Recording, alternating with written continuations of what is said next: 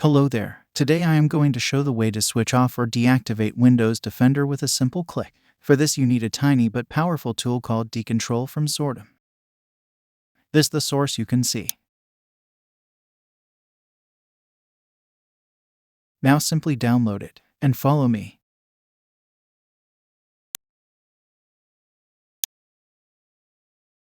It may show like this, but it is safe, and simply ignore the messages.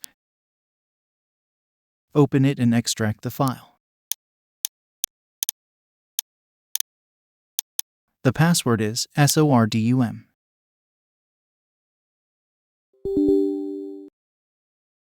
It is opened and showing that the Defender is running. So, simply click on Disable Windows Defender.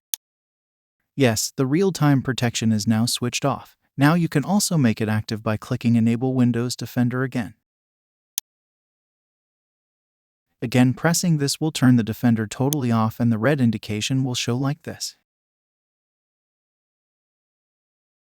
By this simple way, you can keep your Windows Defender totally switched off and work peacefully. Hope you found this video to be useful, and please subscribe to Joseph IT.